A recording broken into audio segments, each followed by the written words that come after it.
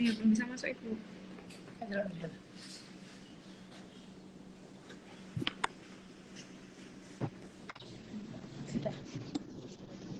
Nggih, Pak Zul, ngapunten. Iya. Iya, nggak apa-apa. Mati tadi kok tiba-tiba putus. Nggih, iya, ngapunten. Ya, kita join lagi Ya. untuk beberapa peserta ya. Kita tunggu untuk yang mau join terkait dengan Hari Gizi Nasional. Untuk tema kita hari ini ya, Bapak Zul, adalah protein hewani cegah stunting. Gitu. Ya. Nanti kita akan menghadirkan narasumber, yaitu ahli gizi di RSI Aisyah Malang. Beliau adalah Ibu Tiur Masitorini. Kita tunggu joinnya Ibu Tiur, nggih.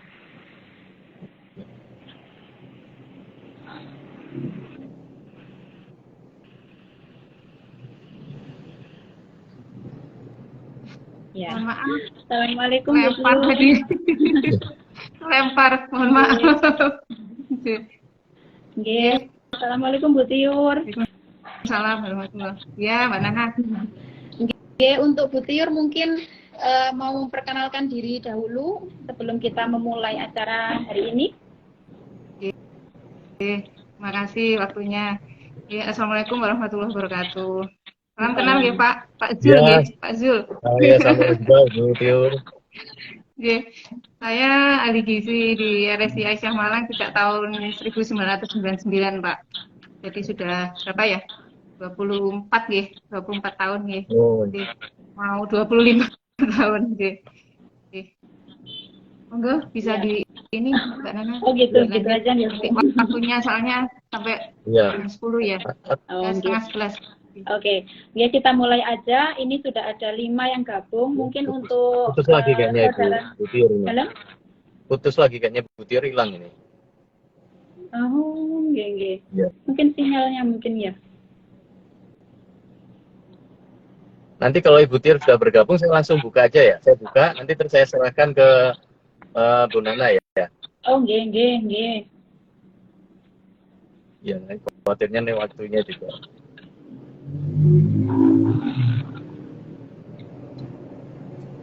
Posisinya Bu Tiur di RSI juga? Nggih, di RSI. Atau di tempat lain? Oh, iya. Di RSI juga.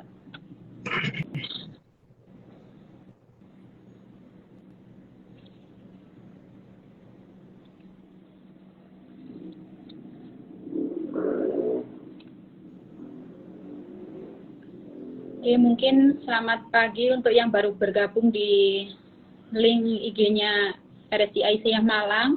Mungkin bisa diworo-woro ya ke keluarganya atau teman-temannya untuk ikut join di sini. Kita hari ini membahas tentang protein hewani cegah stunting. Di sini kita sekaligus memperingati Hari Gizi Nasional yang berada yang kemarin itu diselenggarakan tanggal 25 Januari. Bu Tiur ini mulai.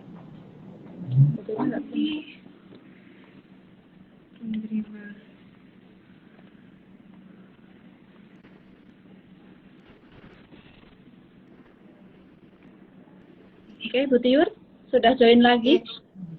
Ya. Nggih, Pak, monggo mungkin mau dibuka dulu.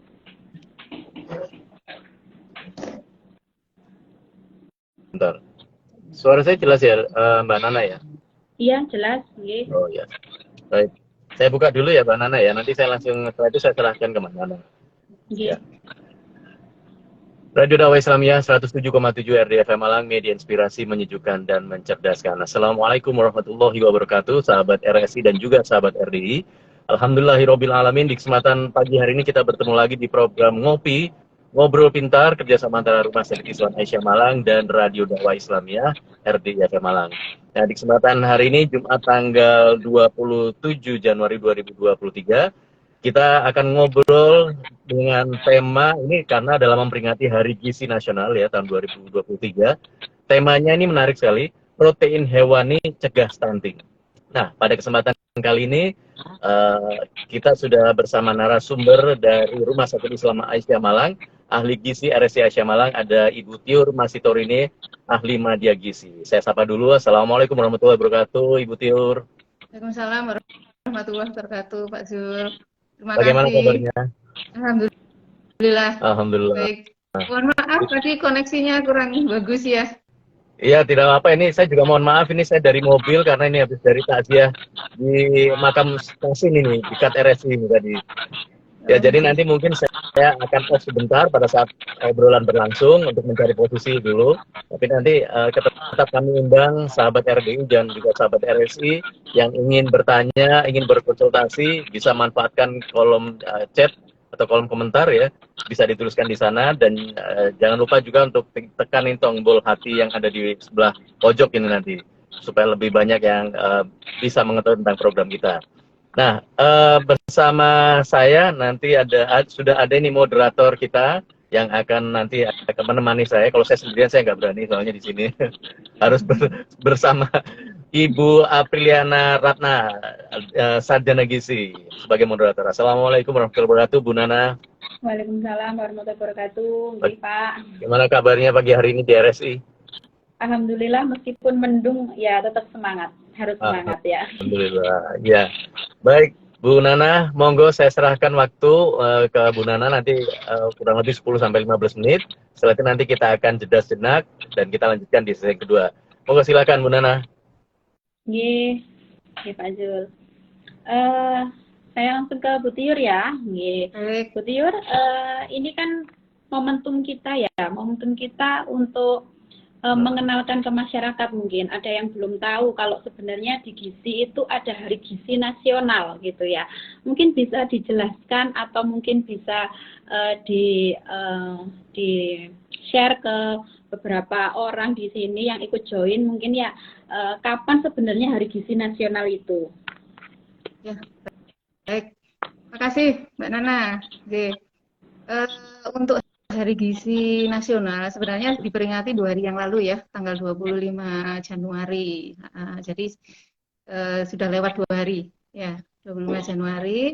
Jadi Hari Gizi Nasional ini adalah sebuah kayak momentum ya untuk membangkitkan kesadaran dan kepedulian masyarakat terhadap penerapan gizi seimbang guna meningkatkan kualitas kesehatan yang lebih baik. Seperti itu, Mbak Nana. Untuk temanya sendiri, Bu Tiur, mungkin ada temanya kan tiap tahun mungkin ada tema-tema yang besar yang diangkat gitu ya untuk Hari Gizi sendiri gitu. Untuk tahun ini apa, Bu Tiur, untuk temanya? Ya, sebenarnya masih kelanjutan dari peringatan Hari Gizi tahun lalu ya. Cuma saat ini ada tambahan protein hewani sebagai pencegah untuk mencegah stunting. Kalau tahun lalu kan tentang stunting gitu ya. Untuk tahun ini ada tambahan protein hewani khususnya untuk mencegah stunting. Jadi kelanjutan dari Hari Gizi Nasional yang tahun 2022. Berarti untuk temanya sekarang lebih fokus ya. Kalau kemarin stunting aja, sekarang lebih fokus ke protein hewaninya ini untuk protein hewani untuk mencegah terjadinya stunting gitu ya.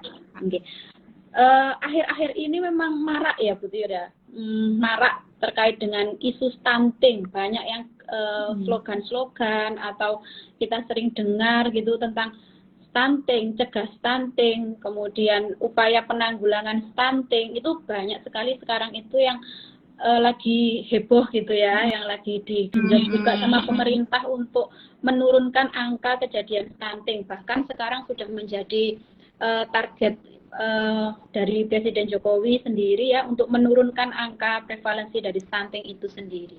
Tapi mungkin beberapa orang itu masih belum familiar gitu ya, belum familiar apa sih sebenarnya stunting, kok banyak yang bilang stunting, turunkan stunting kayak gitu. Sebenarnya stunting itu apa, Bu Tiur? Ya, stunting kalau menurut WHO ya, itu gangguan pertumbuhan dan perkembangan anak ya. Jadi akibat kekurangan zat gizi kronis. Jadi kronis yang lama ya, dan infeksi berulang disertai dengan adanya infeksi berulang biasanya ya. Biasanya ditandai dengan panjang badan sama tinggi badannya berada di bawah standar. Jadi bisa dikatakan ya pendek gitu ya. Ya. Berarti untuk stunting ya, Indonesia ini tahun 2020 itu menempati posisi yang kedua itu di Asia Tenggara itu. Penderita stunting menempati posisi kedua di Asia Tenggara. Tapi pada tahun 2021 sebenarnya masih tinggi, tapi sudah ada penurunan. Jadi tahun 2021 berdasarkan data survei status gizi Indonesia itu 24,4%. Sudah ada penurunan, tapi tetap sebagai program pemerintah ya, soalnya masih tinggi, angka 24,4% masih tinggi ya. Ya. Berarti sebenarnya sudah ada titik baik ya, sudah ada penurunan, cuman masih terus kita upayakan lagi biar kejadian untuk stunting ini bisa menurun gitu, nggih? Ya. Saya mengingatkan lagi untuk peserta yang sudah join di sini, yang mau tanya-tanya bisa tulis di kolom komentar ya. Mumpung ada ahli gizinya di sini terkait dengan stunting dan protein hewani di sini ya. Yang mau ditanyakan, monggo bisa komen di tombol komen ya. Bisa tulis aja mana yang akan ditanyakan. Oke, lanjut terkait dengan stunting ini ya. Sebenarnya ciri-ciri stunting itu sendiri seperti apa nggih? Apa semua orang yang pendek itu dikatakan stunting gitu atau bagaimana, Bu Tiur? Ciri-cirinya tersendiri yang lebih khas. Ada beberapa ciri ya, Mbak Nana, beberapa ciri. Jadi tidak satu gitu ya, maksudnya pendek gitu tok ya, enggak. Jadi ada beberapa ciri yaitu tinggi badan sama berat badan biasanya lebih kecil ya dibanding anak usianya. Jadi lebih kecil.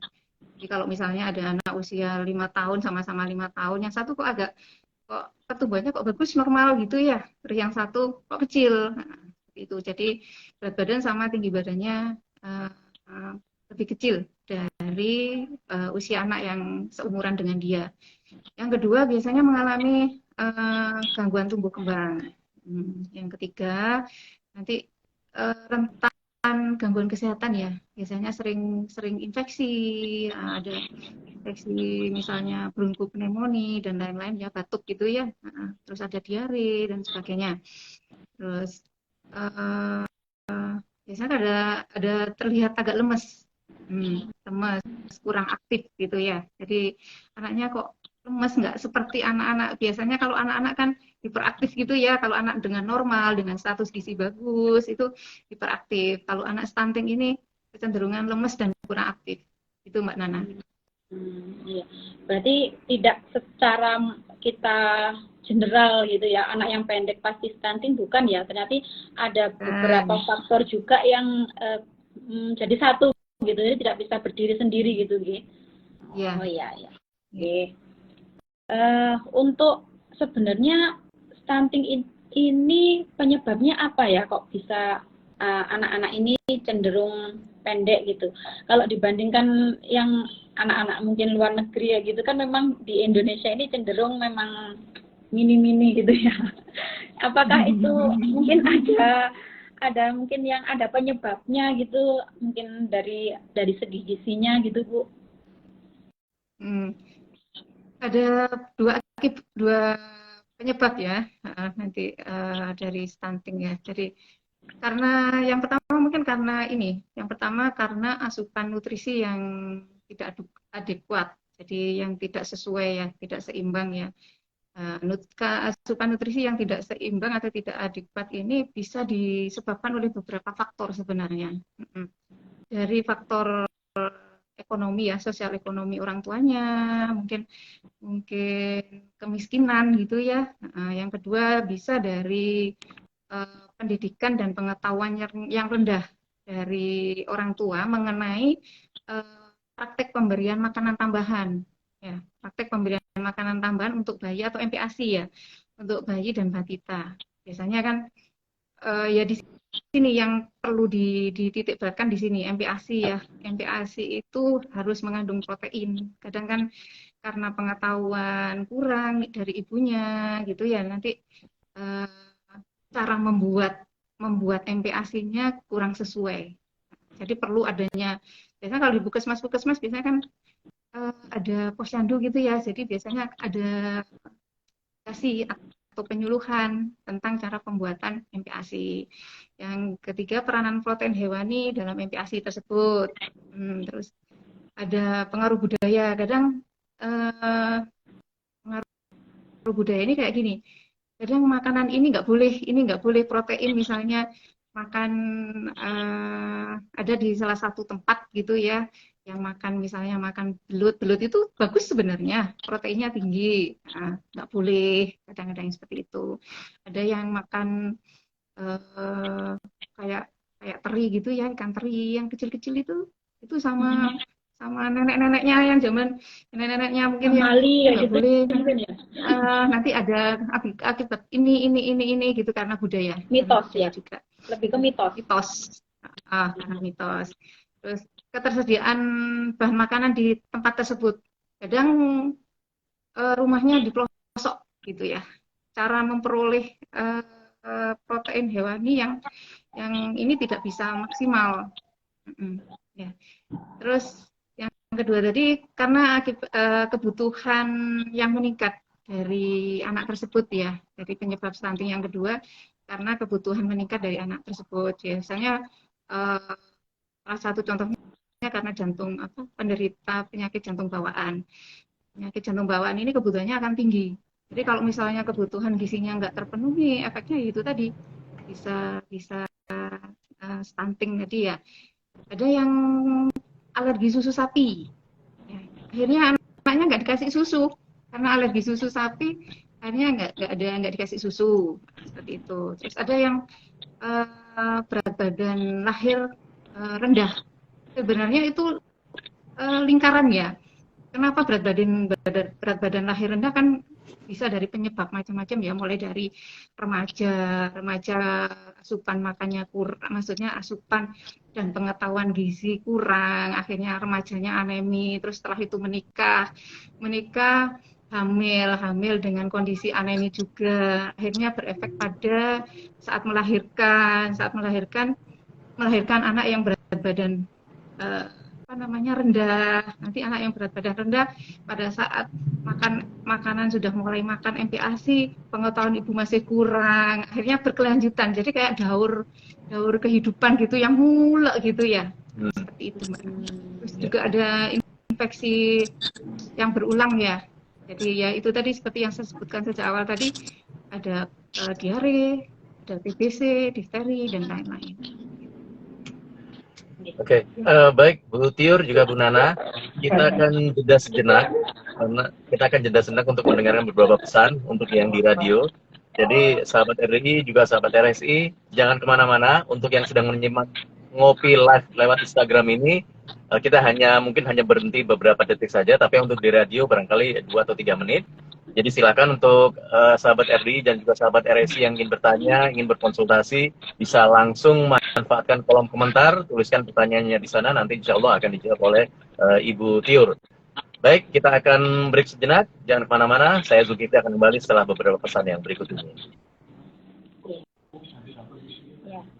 Radio Dakwah Islamiyah 107,7 RDFM Malang, media inspirasi, menyejukkan dan mencerdaskan. Masih di program Ngopi, Ngobrol Pintar kerjasama antara Rumah Sakit Islam Aisyah Malang dan Radio Dakwah Islamnya 107,7 RDFM Malang. Dan obrolan kita pagi hari ini adalah terkait dengan Hari Gizi Nasional. Temanya adalah tentang stunting ya. Dan mungkin ada sebagian dari kita belakangan ini memang sering mendengar istilah stunting ini, dan tadi sudah jelaskan seperti apa sih stunting itu ya. Nah, silakan yang masih ingin bertanya atau ingin tahu lebih jauh lagi, silakan manfaatkan kolom komentar yang ada di depan layar, tuliskan di sana, nanti insya Allah akan dijawab oleh Dr. Tio. Dan jangan lupa, acara ini juga akan disiarkan secara tunda, bisa didengarkan di radio pada hari Selasa tanggal 31 Januari jam 9 sampai jam 10 pagi. Jadi kalau mungkin Anda saat ini tidak sempat mendengarkan atau menyaksikan, nanti bisa disimak lagi pada hari Selasa di radio, di RDFM jam 9 sampai jam 10. Baik, monggo Ibu Nana, silahkan dilanjutin lagi obrolannya, saya sambil melanjutkan perjalanan ini. Nggih, Pak, nggih. Nggih, ini tadi terkait dengan penyebab ya. Penyebab stunting ternyata banyak sekali ya. Ada faktor ekonomi, ada karena pengetahuan yang rendah terkait dengan praktek pemberian MPASI gitu. Jadi macam-macam. Memang kalau stunting ini nggak bisa ujuk-ujuk jadi stunting. Ternyata lama prosesnya untuk jadi stunting ini. Jadi memang perlu adanya aware kita, biar anak kita nanti, generasi penerus kita nanti tidak terjadi stunting ini, alias untuk berat badan, tinggi badannya kurang dari tinggi badan seusianya gitu ya. Terus untuk efeknya Bu Tiur, efek jangka panjang atau jangka pendeknya ini adakah terkait dengan stunting ini? Kalau tadi ada banyak penyebabnya, mungkin sekarang efeknya ada nggak untuk kedepannya? Ya, dampak stunting ya, stunting ya. Dampak stunting umumnya terjadi karena diakibatkan oleh kurangnya asupan nutrisi ya pada 1000 hari pertama anak ya. Hitungan 1000 hari di sini dimulai sejak janin sampai anak usia 2 tahun ya.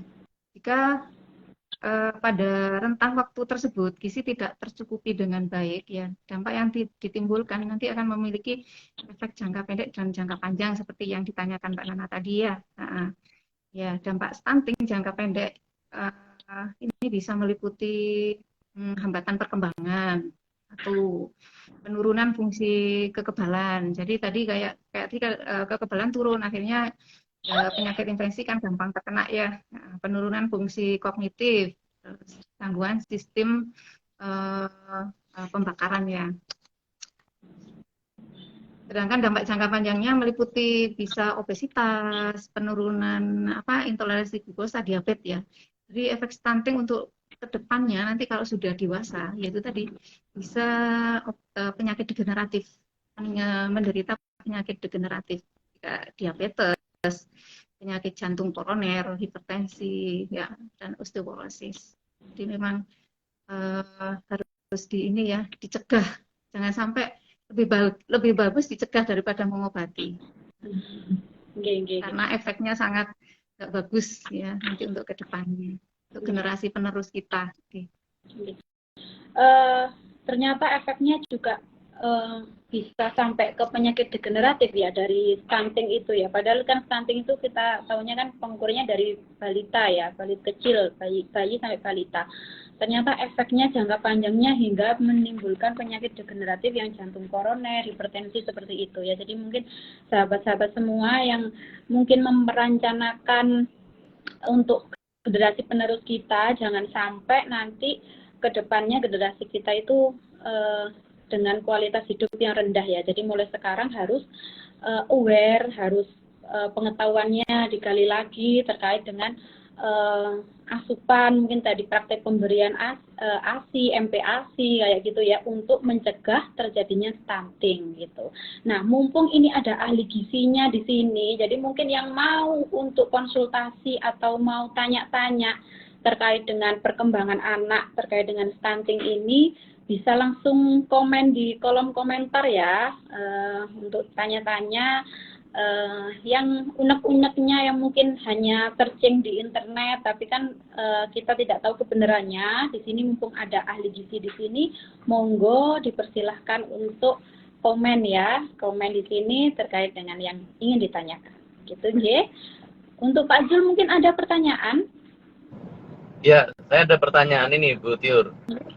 Kita sudah bisa mendeteksi bahwa si anak putra putri kita ini terkena stunting itu sejak usia berapa, dan apakah hanya dari berat badan itu atau bagaimana? Ada cara untuk mengetahuinya, Bu Tiur?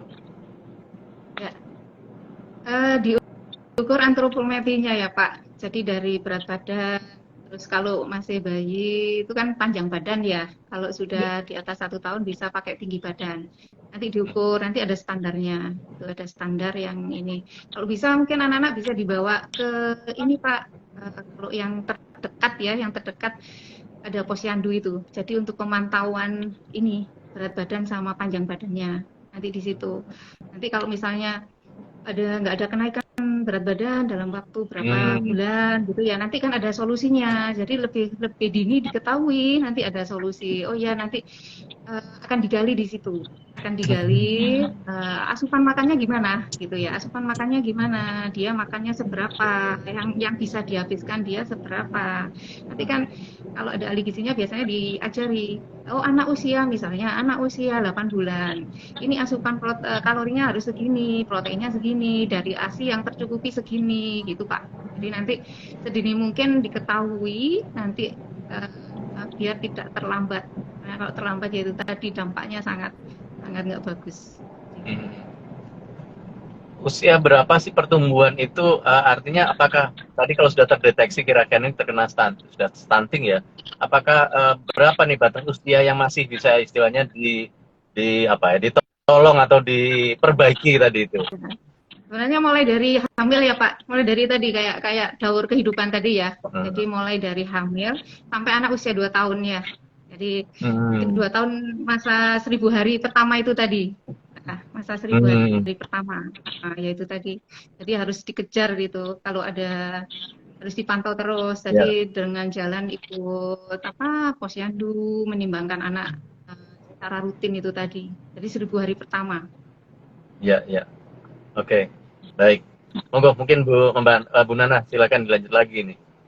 Apa sudah ada pertanyaan masuk? Saya agak kurang bisa ngeliat karena sambil di HP kecil ini. Belum ada ya pertanyaan masuk ya? Iya, belum ada Pak. Kalau untuk tadi dijelaskan memang kita bisa deteksinya lewat puskesmas bisa ya Bu Tiur ya, berarti ya tidak harus ke rumah sakit ya. Sebenarnya puskesmas sudah ada fasilitas posyandu sebenarnya ya. Biasanya di posyandu itu ada kader-kadernya biasanya untuk memplotkan Pak ya. Jadi untuk memplotkan untuk tinggi badan, berat badannya gitu sudah ada kurvanya untuk memplotkan dia termasuk masuk kategori apa gitu nggih. Biasanya begitu ya Tiur. Ya, betul. Tapi biasanya kalau ada ini ya diagnosa stunting biasanya kan dirujuk ke vaskes yang di tingkat di atasnya biasanya seperti itu. Iya. Begitu nggih. Jadi untuk menilai apakah anak-anak itu stunting atau enggak, mungkin untuk yang pertama kali bisa rutin ke posyandu biar tahu secara dini dulu deteksi, atau kalau nggak gitu ya bisa langsung ke Poli RSI Aisyah ya, nanti bisa ketemu sama ahli gizinya nanti ya gitu. Terus untuk lanjut pertanyaan ya Bu Tiur ya. Untuk pencegahannya sih ini, jadi yang tadi dampaknya banyak sekali ya. Sekarang upaya pencegahannya gimana supaya anak-anak ini tidak jadi sampai stunting gitu. Jadi kita sebagai orang tua itu bisa mempersiapkan dari dini agar nanti generasi penerus kita itu nggak sampai terjadi stunting. Gitu. Pencegahannya gimana Bu Tiur? Ya. Pencegahannya sebaiknya dilakukan sedini mungkin ya Mbak Nana. Nanti pada usia 1000 hari pertama kehidupan itu asupan nutrisi yang baik sangat dianjurkan ya. Sangat dianjurkan dikonsumsi oleh ibu hamil ya. Tidak hanya untuk mencukupi, kalau untuk ibu hamil tidak hanya untuk mencukupi dirinya sendiri, tapi untuk asupan nutrisi yang dibutuhkan calon bayinya dalam kandungan itu tadi ya. Selanjutnya setelah bayi lahir ya, ini konsumsi protein sangat mempengaruhi ini pertambahan tinggi dan berat badan anak. terutama di atas 6 bulan ya, di atas 6 bulan. Jadi setelah mendapat MPASI, jadi pengaruhnya protein sangat berpengaruh sekali. Ada penelitian anak yang mendapat asupan protein 15% dari total asupan kalori ini terbukti memiliki tinggi badan ya, lebih tinggi dibanding dengan anak yang tidak mengkonsumsi protein 15% tersebut ya. Terutama protein hewani ini sangat efektif untuk mencegah stunting karena protein hewani ini mengandung zat gizi yang sangat lengkap. Salah satunya asam amino ya, asam aminonya lengkap sekali, mineral dan vitamin yang mendukung untuk pertumbuhan dan perkembangan anak itu sangat lengkap di protein hewani dibanding dengan protein nabati. Jadi lebih bagus ya. Itu Mbak Nana. Iya. Oh ya, berarti memang kita harus mencegahnya dari 1000 hari pertama kehidupan. Jadi sebelum 1000 pertama kehidupan berarti sebelum hamil atau pas hamil itu? Sebelum hamil sampai ini ya, sampai anak ya. Iya, berarti kita memang sebelum perencanaan hamil, bahkan untuk remaja putri mungkin ya, jadi remaja putri ya, jadi remaja putri harus mempersiapkan dirinya karena lahirlah penerus bangsa itu dari remaja putri ini ya nantinya Bu Tiur ya. Jadi untuk makanannya itu harus diperhatikan dari mulai remaja putri gitu. Untuk makanan saya terangkan tadi ya Mbak Nana, seperti saya terangkan tadi ya kayak daur kehidupan gitu ya, mulai dari remaja harus dipersiapkan jangan sampai anemi, pemilihan makanan jajanan juga harus bagus, nanti menikah terus perencanaan hamil, melahirkan, kondisi status gizinya harus bagus, jadi nanti biar bisa melahirkan generasi yang baik, yang bagus gitu ya, yang tidak stunting. Ya. Kalau untuk remaja putri sampai ibu hamil, ibu menyusui itu memang juga harus dipenuhi proteinnya atau bagaimana? Tadi kan katanya kalau stunting protein hewani yang lebih utama Bu. Kalau untuk remaja putri tadi, ibu hamil, ibu menyusui kan juga perlu ada asupan tambahan kah atau bagaimana? Harus terpenuhi proteinnya sesuai kebutuhan ya. Jadi sesuai kebutuhan ada kebutuhan protein itu sesuai kebutuhan umurnya. Jadi sesuai kebutuhan umurnya. Jadi misalnya anak usia 0 sampai 5 bulan gitu ya.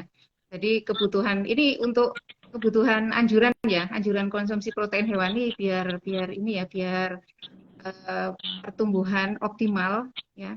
Kalau untuk anak usia 0 sampai 5 bulan itu kurang lebih 6 gram per hari sesuai angka kecukupan gizi ya. Itu bisa dipenuhi dari ASI kalau untuk 0 sampai 5 bulan. Nanti usia 6 sampai 11 bulan itu kan sudah mulai ada makanan tambahan ya. Itu perlu sekitar 15 gram per hari Mbak Nana. 15 gram per hari, protein itu setara dengan apa ya? Nah, biasa kan gitu ya, orang awam nggak tahu 15 gram protein itu seberapa di dalam bentuk makanan itu yang berapa gram dari lauk hewaninya. Itu bisa dari satu potong daging ya, daging sapi misalnya itu 50 gram. Jadi satu potong daging sapi 50 gram itu setara dengan 50 gram ayam, setara dengan 50 gram ikan. Ya, terus ditambah satu potong sedang protein nabati sekitar 25 gram, misalnya tempe 25 gram. Jadi 15 gram protein tadi kalau diterjemahkan ke makanan itu sama dengan 50 gram lauk hewani ditambah 25 gram lauk nabati. Itu untuk usia anak MPASI 6 sampai 11 bulan. Tapi kalau untuk anak usia 1 sampai 3 tahun akan nambah. Jadi semakin usia semakin bertambah, kebutuhan protein juga akan ikut bertambah. Ya. Kalau untuk usia 1 sampai 3 tahun sekitar 20 gram protein per hari. Ya. Itu bisa sekitar 1/4 lauk hewani dan 1 potong sedang lauk nabati. Dan seterusnya sampai kita dewasa juga ada gitu ya, kebutuhan proteinnya akan semakin meningkat.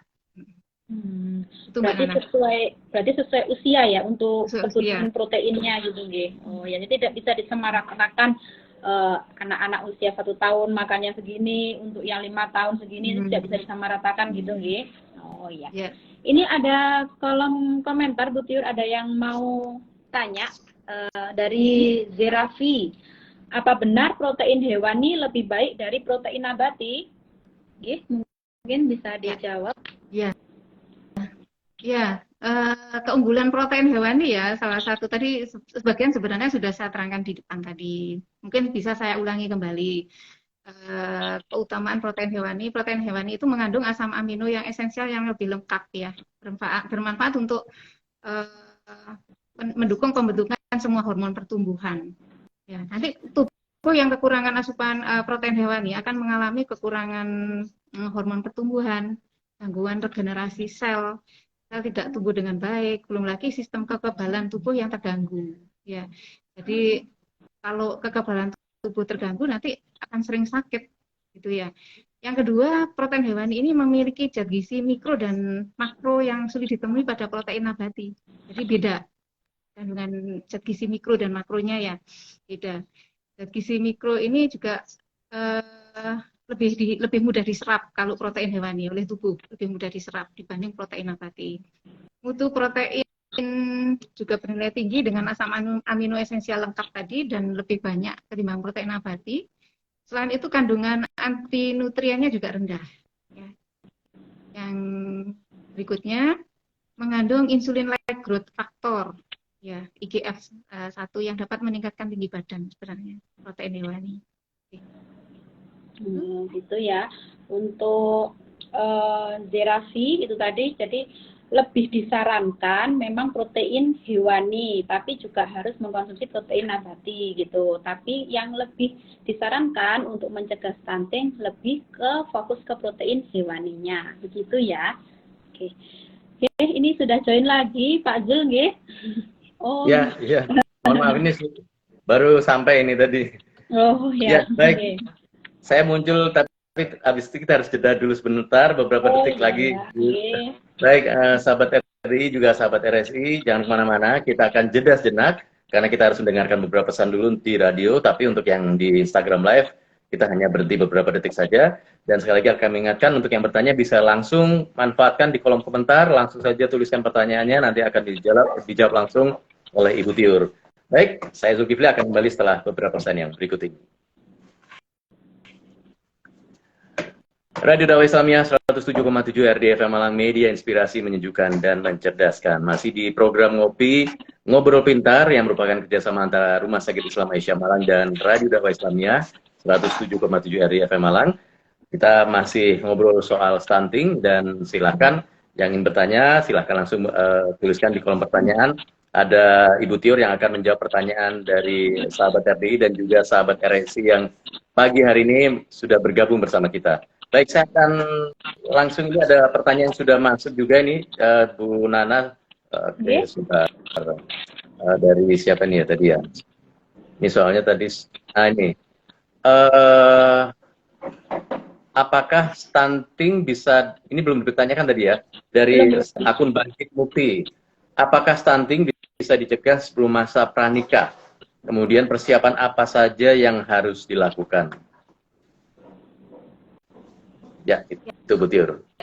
Ya, bisa Pak. Seperti tadi saya tangan tadi ya, kayak daur kehidupan tadi ya. Jadi sebelum menikah, kalau bisa konsultasi gizi dulu. Bisa konsultasi gizi dulu. Kebutuhan makanan yang seimbang itu yang gimana sih?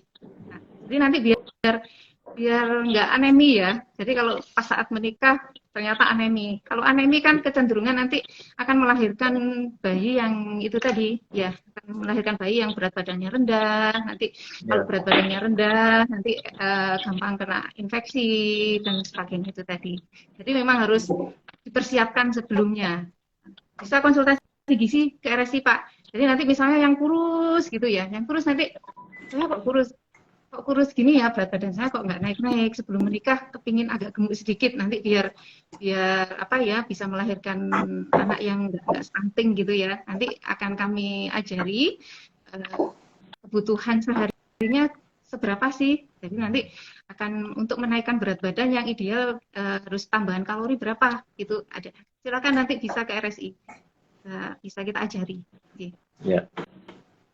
Ya, kemudian ini ada lagi pertanyaan dari Hamara 2234. Contoh protein hewani yang boleh dikonsumsi anak-anak itu apa saja? Betul. Nah, ya. Bisa daging, bisa ayam, bisa ikan. Mungkin yang paling gampang telur, Pak. Ya, telur ya. Terus susu juga bisa ya, susu. Kalau yang gampang kita dapatkan di ini ya telur sama susu itu. Kecuali kalau misalnya anaknya ada alergi susu gitu ya, nanti terkecuali di situ. Nanti proteinnya bisa diganti dengan protein yang lain kalau misalnya ada alergi susu. Ya. Ya. Monggo silakan Bu Nana, barangkali ada lagi yang sudah bergabung. Ya untuk pertanyaan sih belum ada yang. Oh ini sudah ada, izin bertanya dari Novita Indria Angesti. Selamat siang Ibu, izin bertanya keluar dari tema stunting untuk anak dengan bronkitis apa boleh konsumsi protein hewani lele? Terima kasih. Gitu Yur. Bisa, nggak apa-apa. Jadi jangan takut ya. Jadi bisa dari selain lele kan termasuk protein hewani ya. Bisa lele, bisa mujair, bisa ikan yang lain ya. Asal anak tersebut nggak ada alergi gitu ya. Biasanya yang menyebabkan gampang alergi terhadap udang biasanya itu. Kalau misalnya untuk anak-anak bisa lele nggak apa-apa. Ya, berarti bisa ya untuk lele, untuk Ibu Novita nggak apa-apa anaknya dikasih lele, boleh. Ini termasuk juga konsumsi protein hewani juga gitu. Terus mungkin ada lagi, belum ya? Belum ada. Saya mau tanya ini Bu Tiur, kalau misalkan ada anak itu sekarang kan sulit ya, beberapa pasien itu dikasih makan itu anaknya sudah GTM dulu, jadi tidak mau makan.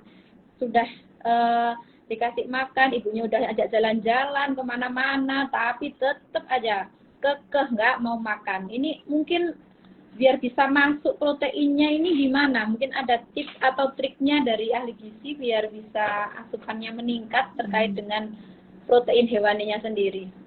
Ya, harus ada trik ya, harus ada trik kan ini ya cara mengatasi anak susah makan ya. Yang pertama mungkin berikan makanan itu dalam porsi kecil tapi sering, jangan langsung kita ngasih langsung banyak gitu ya. Jadi nggak harus makan cuma 3 kali, kita buat porsi kecil tapi sering, bisa nanti anak-anak bisa makan 4 atau 5 kali sehari tapi dalam porsi kecil gitu ya. Jadi nanti biar nggak bosan. Terus yang kedua mungkin bisa ini buat jadwal makan yang teratur. Bila anak ini susah makan ya dibuat yang teratur jadwal makannya.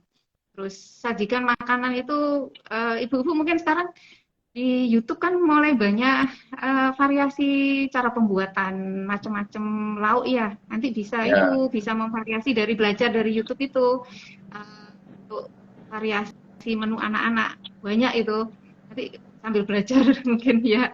Jadi variasinya harus untuk mengurangi kebosanan anak ya, bisa divariasi dan penyajiannya bisa menarik. Terus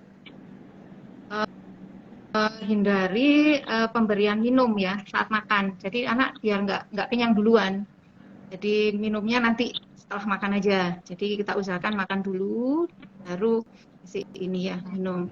Terus perkenalkan makanan baru secara perlahan.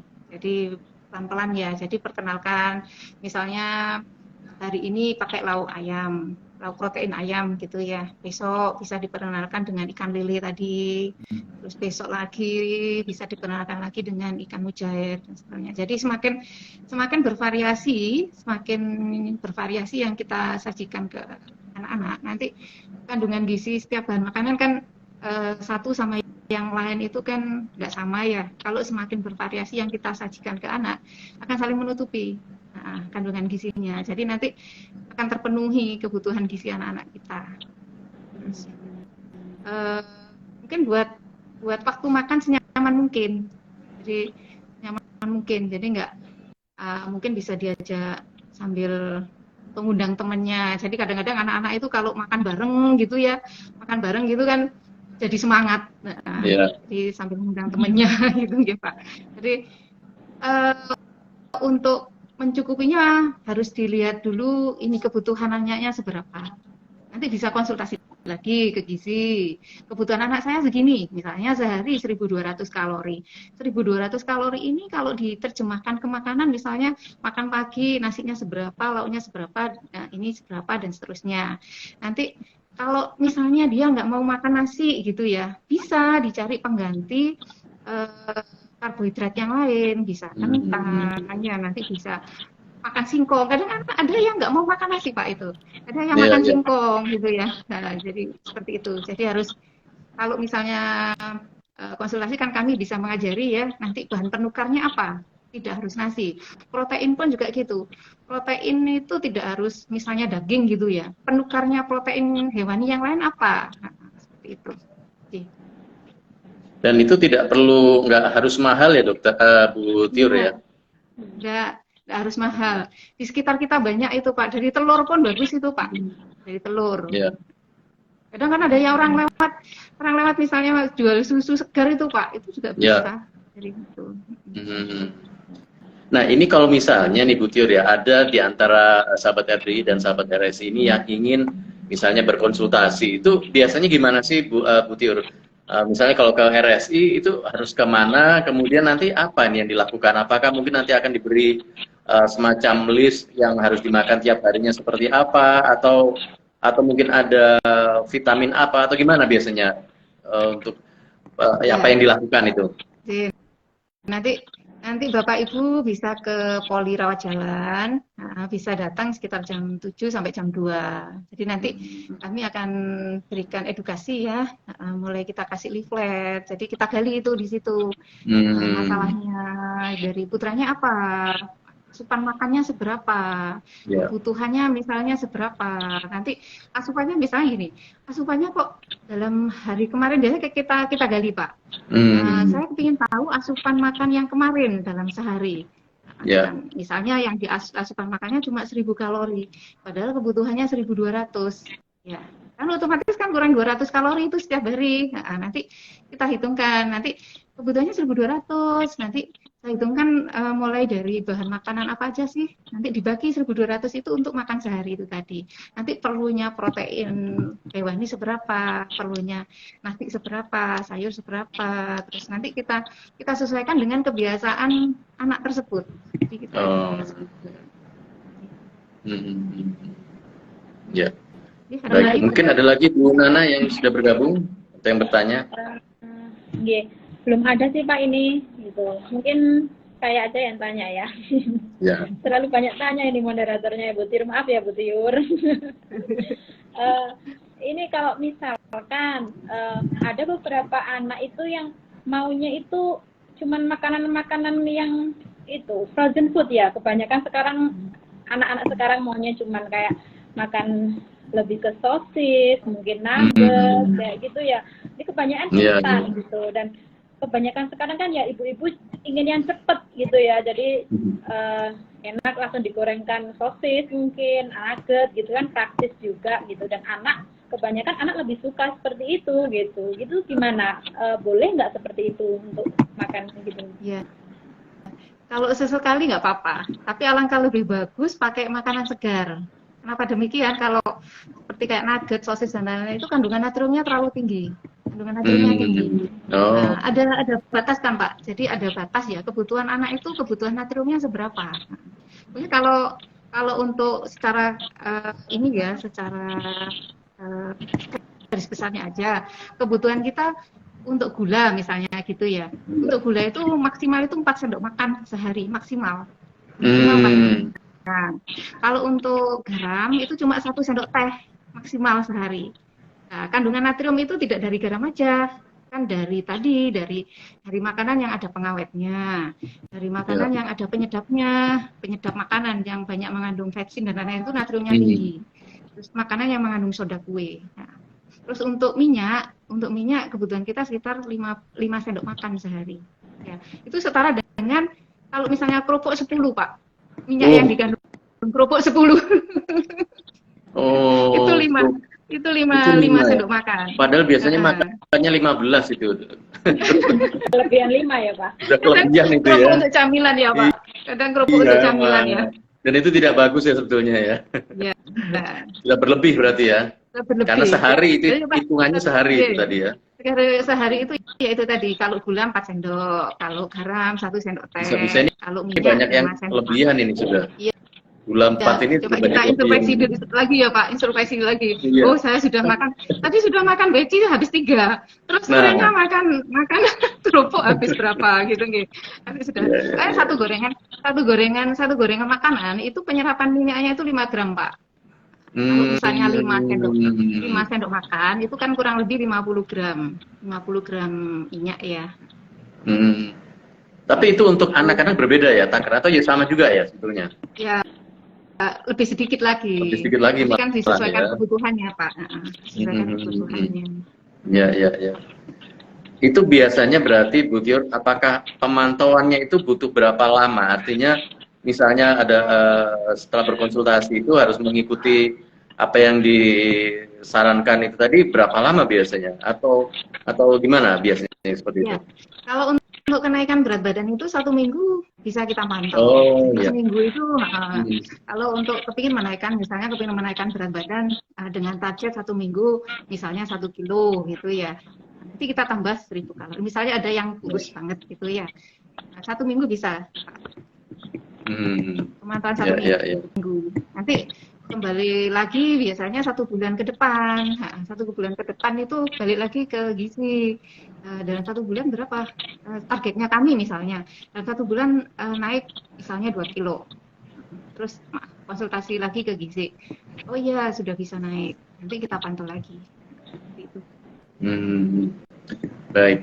Baik, Bu Nana juga Bu Tior, kita akan jeda lagi sejenak untuk masuk di sesi yang terakhir. Jadi sahabat RDI juga sahabat RSI, jangan kemana-mana, kita masih punya 1 sesi lagi. Silakan masih ada kesempatan buat yang ingin bertanya langsung kepada ahli gizi dari Rumah Sakit Islam Aisyah Malang. Anda bisa manfaatkan kolom komentar ini, dan ini gratis ya, tinggal ditulis nanti akan langsung dijawab. Jangan kemana-mana, saya Zulkifli akan balik setelah beberapa pesan saya yang berikut ini. Radio Dakwah Islamiyah 107,7 RDFM Malang, media inspirasi, menyejukkan dan mencerdaskan. Kita masih ada di program Ngobrol Pintar bersama Rumah Sakit Islam Aisyah Malang dan Radio Dakwah Islamiyah RDFM Malang. Masih bersama Ibu Tior dan juga ada moderator kita, ada Ibu Nana. Kita sampai di sesi yang terakhir di tema kita yang terkait dengan stunting ya. Monggo silakan Bu, barangkali dari Ibu Nana ada yang mau ditanyakan atau mau disampaikan kembali atau ingin dilanjutkan lagi nih, ada pertanyaan yang sudah masuk.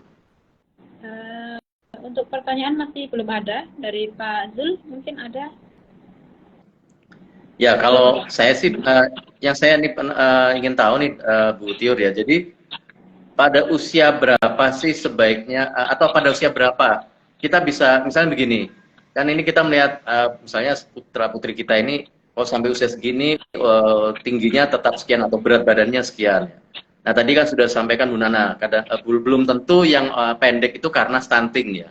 Nah jadi indikatornya atau bagaimana kalau tahu bahwa ini stunting atau bukan itu sebenarnya, jadi dari mana nih sebenarnya Bu Tior? Kalau mereka sudah agak dewasa atau sudah agak besar gitu maksudnya. Ya itu tadi dari pantauan berat badan sama tinggi badannya. Tetap dari situ. Nanti kita bandingkan dengan standar. Ya, kita bandingkan dengan standar yang ada. Nah, seperti itu. Jadi tidak ada alat pengukur misalnya ya, kalau penyakit kan ada tes darah dari apa otomatis gitu ya Pak. Iya. Langsung misalnya otomatis ini keluar ini stunting gitu ya. Ada pemantauan tetap, Pak. Sebaiknya tetap dikonsultasikan langsung ke ahli gizi ya. Ada pemantauan nanti. Oke. Ya. Baik Bu Nana, kita masih punya berapa menit lagi nih kira-kira? Sebenarnya 10:30 sampainya Pak ya. Berarti harus ini kita tutup ini sebentar lagi ya. Nggih. Saya kasih pantun ya Pak. Yang terakhir saya kasih pantun aja ya. Ya mungkin sebagai kesimpulan sekaligus juga ini. Kasih pantun ya. Oh ya, ada pantunnya nih. Saya baca. Ya. Ibu dan anak saling memeluk. Setelah membeli sebuah terasi, ya, kombinasi sayur, buah, dan lauk untuk penuhi kebutuhan nutrisi. Ya. Yang kedua ya, banyak hama, banyak lalat. Tetap gitu harusnya Pak. Ya, ya, ya, gitu ya. Tidaklah aman jika sembunyi. Badan lemah kurang sehat. Makanlah makan yang bergizi. Satu lagi Mbak Nana, ada lagi satu lagi ya. Mengapa suka membeli nasi? Nasi pedas masih hangat. Siapa suka makanan bergizi? Otak cerdas, badan sehat. Wah, Mantap ya. Ini saya bisa membalas pantunnya Bu Tiur. waduh ini. Mungkin Pak Zul bisa membalas ini. Saya kok bisanya cuma kirim 4 kali 4, jangan lupa dibalas gitu aja. Sempat tidak sempat harap dibalas. Ya, baik Bu Tiur, terima kasih banyak nih waktunya di kesempatan pagi hari ini. Juga Bu Nana ya, untuk yang pagi hari ini sudah bergabung, kami ucapkan terima kasih banyak. Jangan lupa acara ini juga akan disiarkan secara tunda pada hari Selasa jam 9 sampai 10 pagi, tanggal 31 Januari. Yang belum sempat mendengarkan atau mungkin terlambat bergabung. Sebenarnya kalau terlambat bergabung juga nggak masalah, nanti bisa disaksikan nanti di Reels-nya RSI Aisyah Malang ya. Nah sebelum saya tutup ini, sahabat RI juga sahabat RSI, seperti yang disampaikan Presiden Jokowi, dampak stunting ini bukan hanya urusan tinggi badan, tetapi yang paling berbahaya adalah rendahnya kemampuan anak untuk belajar, keterbelakangan mental, dan munculnya penyakit-penyakit kronis yang gampang masuk ke tubuh anak. Saya Zulkifli pamit dulu, nanti akan saya serahkan kembali ke Bu Nana. Kita bertemu lagi di kesempatan yang berikutnya. Terima kasih banyak Bu Tiur, Bu Nana. Saya pamit. Assalamualaikum warahmatullahi wabarakatuh. Waalaikumsalam warahmatullahi wabarakatuh. Pamit juga. Oke, terima kasih. Oke. Terima kasih Pak Zul atas partisipasinya dalam acara ngopi kita kali ini, dan saya juga sebagai moderator berterima kasih kepada Bu Tiur sebagai narasumber pagi hari ini yang sangat inspirasi sekali, sangat mengedukasi kita terkait pentingnya kita aware terkait dengan stunting dan manfaat protein hewani sendiri untuk mencegah terjadinya stunting. Dari saya ingin mengucapkan selamat Hari Gizi Nasional ya Bu Tiur. Semoga gizi bisa lebih dikenal lagi di masyarakat gitu ya. Mungkin kalau ada salah kata dari saya mohon maaf yang sebesar-besarnya. Akhir kata, wassalamualaikum warahmatullahi wabarakatuh. Waalaikumsalam warahmatullahi wabarakatuh. Terima kasih Bu Nana, Bu Tiur. Assalamualaikum. Salam.